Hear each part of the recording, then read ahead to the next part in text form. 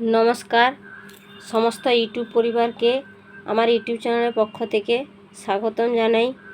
আজ আমি একটি নতুন ভিডিও শুরু করছি। ভিডিওটি পুরোটা দেখার অনুরোধ রইল। জ্ঞানগুরু চাণক্যের প্রণীত সুভাষিতানি নামক শ্লোকমালা থেকে দুটি শ্লোকের অর্থ ও ব্যাখ্যা। সুভাষিতানি অর্থাৎ সুন্দর উক্তিসমূহ। প্রথম শ্লোক। বিদ্যা দদাতি বিনয়ং বিনয়াৎ জাতি পাত্র্যতাম পাত্র্যত্বাৎ ধনমাপ্নুয়োতি ধনাৎ ধর্মঃ ততঃ সুখম। বিদ্যা দদাতি বিনয়ং বিনয়াৎ জাতি পাত্র্যতাম পাত্রত্বাৎ ধনমাপ্নুয়োতি ধনাৎ ধর্ম ততঃ সুখম। উৎস। আলোচ্য শ্লোকটি জ্ঞানগুরু চাণক্যের প্রণীত সুভাষিতানি নামক শ্লোকমালা থেকে গৃহীত। প্রসঙ্গ। এখানে বিদ্যার দ্বারা মানুষের সুখলাভের উপায় আলোচিত হয়েছে।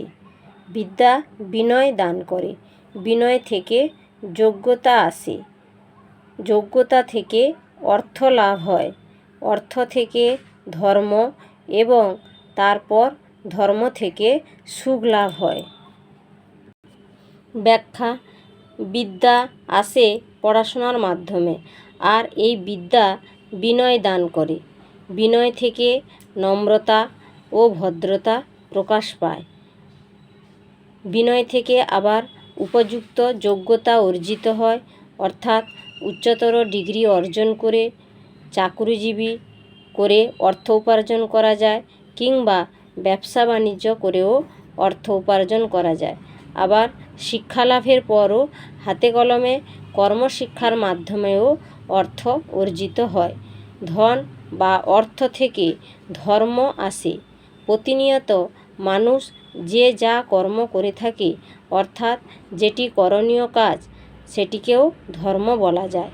আবার ধর্ম হলো সত্য, প্রেম, ভক্তি, বিশ্বাস, সদ আচরণ প্রভৃতি। ইহজগতে মানুষ তার নিজ কর্মের ও কর্তব্যের মাধ্যমে ধর্ম লাভ করে থাকে। ধর্ম লাভ করার জন্য মানুষ অর্থের দ্বারা দান, ধ্যান, জীবসেবা, ঈশ্বরের আরাধনা, পুজো পাঠ প্রভৃতি করে থাকেন। তাই ধর্মই হলো সুখলাভের উপায়, যা শ্লোককর্তা অর্থাৎ আচার্য চাণক্য এই শ্লোকে মানব জীবনে বিদ্যার মাধ্যমে কিভাবে সুখলাভ হয় তা তুলে ধরেছেন। দ্বিতীয় নম্বর শ্লোকটি হল বিদ্যতঞ্চ নৃপত্বঞ্চ নৈব তুল্যং কদাচন স্বদেশে পূজ্যতে রাজা বিদ্যান সর্বত্র পূজ্যতে। বিদ্যতঞ্চ নৃপত্বঞ্চ নৈব তুল্যং কদাচন স্বদেশে পূজ্যতে রাজা বিদ্যান সর্বত্র পূজ্যতে। উৎস।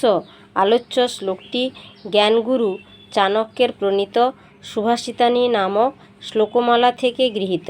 প্রসঙ্গ। এখানে বিদ্বান ব্যক্তি ও রাজার মধ্যে পার্থক্য দেখানো হয়েছে। বিদ্বান লোক ও রাজার মধ্যে কখনো তুলনা করা যায় না। রাজা নিজ দেশে পূজিত অর্থাৎ সম্মান পান, কিন্তু বিদ্বান লোক সকল স্থানে পূজিত হন অর্থাৎ সম্মান পান। ব্যাখ্যা। বিদ্বান ব্যক্তির বিদ্যা বা জ্ঞান বা প্রমা কখনো রাজার ঐশ্বর্য বা ধনসম্পদের সঙ্গে তুলনা করা যায় না। রাজা অর্থাৎ তিনি কোনো এক দেশের নির্দিষ্ট জায়গার শাসক। তিনি শুধুমাত্র সেই দেশেই তার শাসনদণ্ড, লোকবল এবং অর্থবলের দ্বারা প্রজাদের শ্রদ্ধা অর্জন করেন। এই শ্রদ্ধা তিনি অনেক সময় ভয় মিশ্রিত অর্থাৎ বলপূর্বকও করে থাকেন। কিন্তু বিদ্বান ব্যক্তি শুধু নিজের দেশে নয়, জগতের সর্বত্র সম্মান লাভ করেন। বিদ্যা অর্জনের মাধ্যমে বিদ্বান ব্যক্তির অর্জিত জ্ঞান সকলের মধ্যে বিতরণ করে থাকেন। বিদ্বান ব্যক্তি কি স্বদেশে কি বিদেশে সকল স্থানে সকল লোকের শ্রদ্ধা ও পূজা পান। আর রাজা তার নিজের রাজ্যেই শুধু সম্মান পান। জ্ঞান হলো অমূল্য সম্পদ, তার সঙ্গে কোনোদিনও রাজার ধনসম্পদের তুলনা করা যায় না। তাই শ্লোককর্তা অর্থাৎ আচার্য চাণক্য সুনিপুণভাবে এই শ্লোকে রাজার তুলনায় বিদ্বান ব্যক্তির শ্রদ্ধা ও সম্মান বেশি তা তুলে ধরেছেন। আমার এই ভিডিওটি শিক্ষার্থীদের শিক্ষাক্ষেত্রে সাহায্য করবে। ভালো লাগলে লাইক করুন, শেয়ার করুন, সাবস্ক্রাইব করুন যারা এখনও সাবস্ক্রাইব করেননি।